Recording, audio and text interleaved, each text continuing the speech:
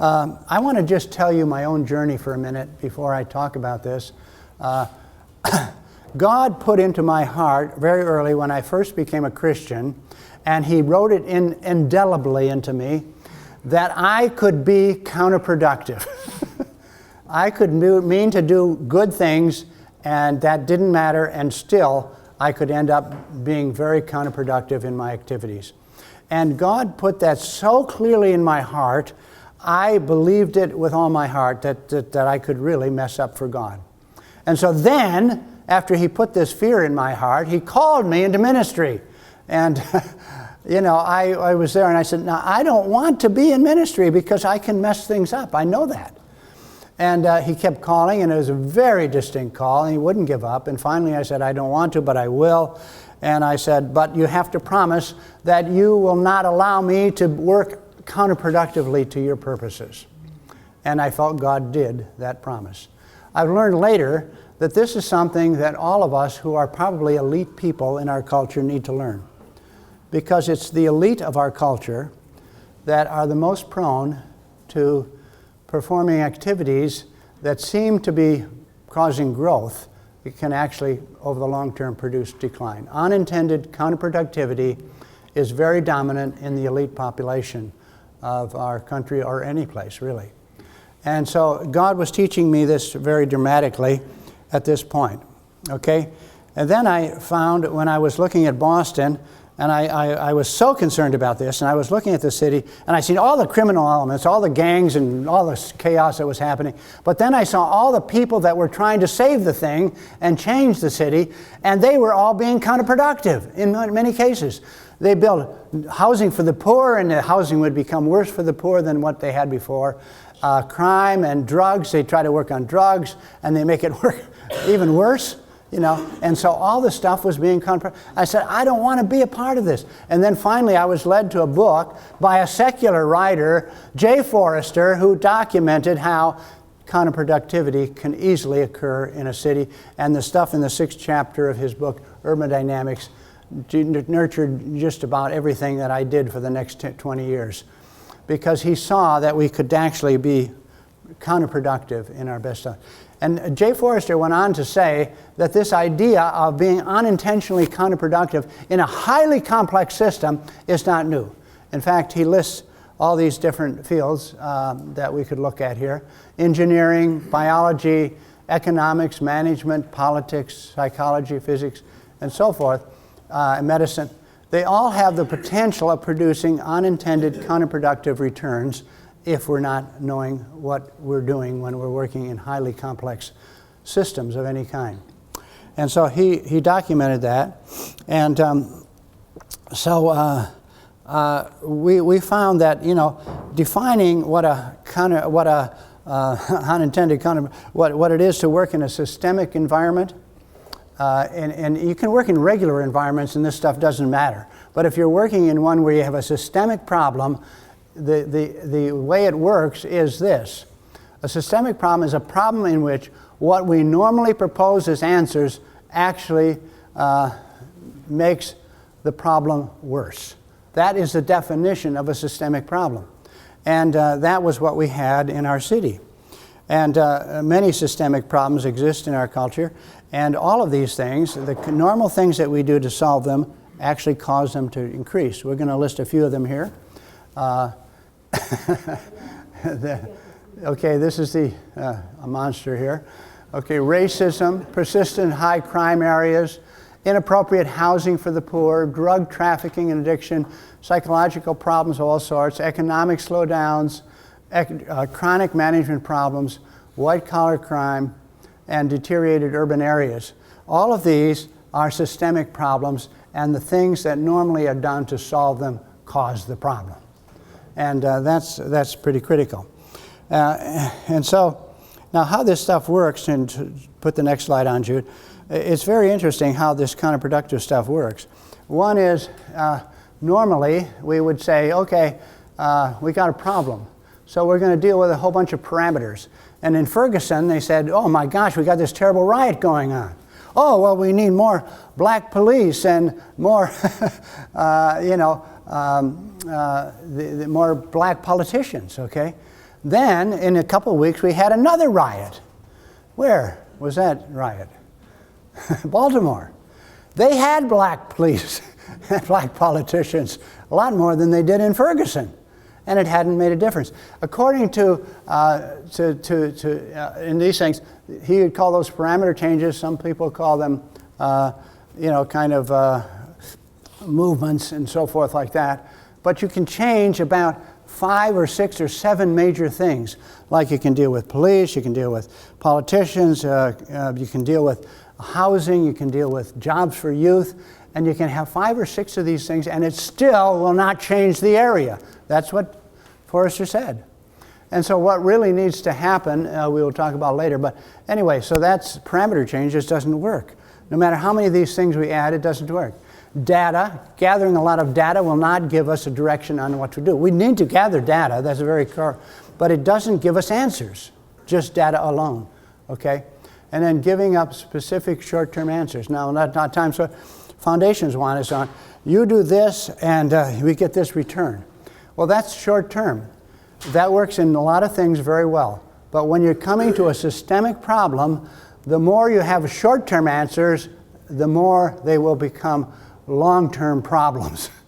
And so the thing has to really orient in how you do answer the situation over the long term, not the short term. Because in a systemic problem, that will create more, okay? And then, we change legislation and how to, and actually legislation changes very little things. People find ways of adapting to all sorts of legislation, and it will not make change at all. Okay, so but that's another thing we try. And then we set up corrective programs, and the different programs don't agree with one another. So we set up a program that we're going to incarcerate more people, okay? And so then, you might stop a little bit of crime for a while until the incarcerated people get out, and then it grows, and so forth. But you end up with more people, blacks particularly, that are incarcerated than were enslaved during the slavery era. And the incarceration problem becomes gigantic because you're dealing with one problem and not the whole system. And so you need to look at the whole thing, or else, your problem solving in one area will create a problem in another. Okay? And so what we're suggesting here is that the problems have to be solved internally in the system itself.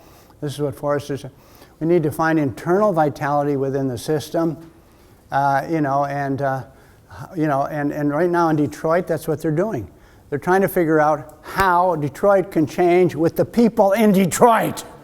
And it's starting to make a slight change in that city. But it's very internal to the city. National Geographic has a big article on that right now. And then you build internal assets in the city. And you don't just look for data.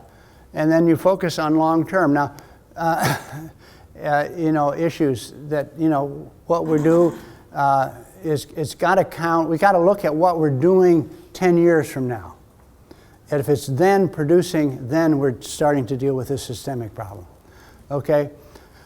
And then we have to have internal change. You can pass all kinds of laws to control police, and it will not stop the problem that we're seeing. You have to go into the police department, change the culture of the way it works, and a lot of cops are really frustrated by the police department themselves. You have to change the culture of the police and of the people, and then internally with the police themselves, then you will have a different change. So you have to change things internally.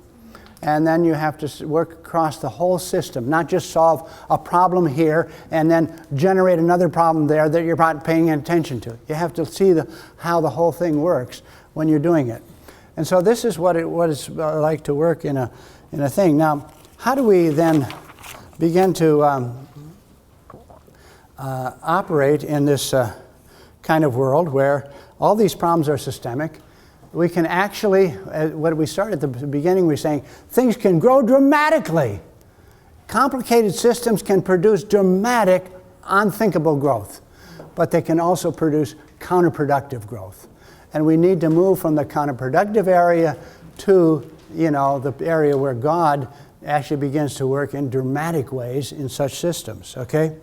And then we looked at Yellowstone and the traffic cascade, we talked about how the wolves, did what they did, and then this caused vegetation to grow, caused birds to return, beavers, dams, and beavers produce all kinds of things. Fewer coyotes, more rabbits, mice, hawks, so forth. It just went on with all this stuff. Berries and and then pretty soon the whole ecology of Yellowstone changed and began to work in a way that God meant that ecology to work. And this is very important. And so it is with the cascade that happened in our revival. It began with a few little Hispanic churches, but then we began to see all kinds of dramatic things happen in our city.